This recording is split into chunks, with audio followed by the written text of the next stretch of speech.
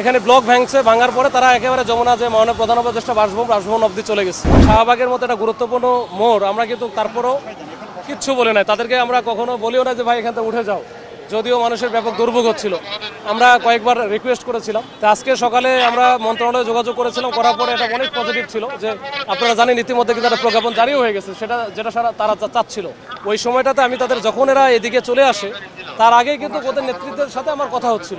তো ওরা বলতেছিল যে স্যার আমরা আধা ঘন্টা এখানে সর্বোচ্চ থাকবো, যদি এর মধ্যে প্রজ্ঞাপন জারি না হয় তাহলে কিন্তু আমরা সচিবালয় অভিমুখে চলে যাবো।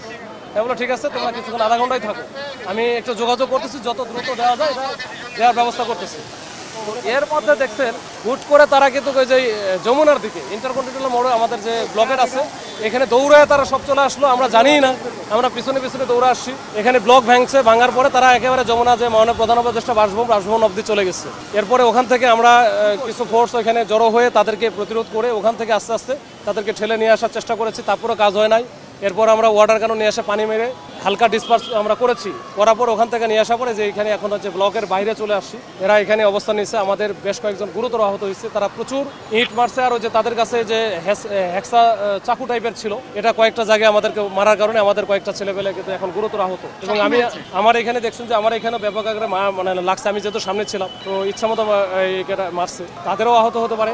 ওইখানে অনেকেই কিন্তু তাদের পিছন থেকে ঢিল মারতেছে, তারা অনেকে মাঝখানে এসে মিডল মানে আমাদের সমাধান করার চেষ্টা করতেছিল, ওদের মধ্যেও তাদেরও কিন্তু লাগছে।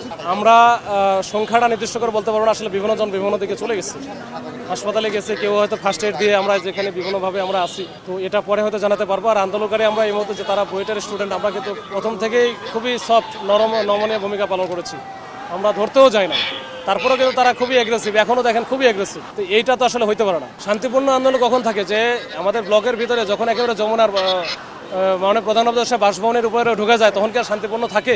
144 জারি করা আছে, বিধান হচ্ছে এখানে আসতে পারবে না, কিন্তু তারপরেও তারা হচ্ছে স্টুডেন্ট যেহেতু তারা বারবার যে জোর করে আসতে চায়, এখন তারপরেও আমরা অনেক সময় আমরা বাস্তবতা বিবেচনা করে আমরা কিন্তু খুব সফটলি হ্যান্ডেল করি। কিন্তু এখন মাননীয় প্রধান উপদেষ্টার বাসভবনে যদি যায় সেক্ষেত্রে আসলে তো আমাদের আর কিছু করার থাকে না এখানে আমাদের, তাহলে তো ওই যে আমাদের চাকরি বাকরি আর করার দরকার নেই। ওই রাষ্ট্রও বলবে, সরকারও বলবে ভাই তোমরা চলে আসো, তো এইটা সিকিউরিটি যদি তোমাদের না দিতে পারো তাহলে তোমাদের চাকরি করার দরকারটা কি?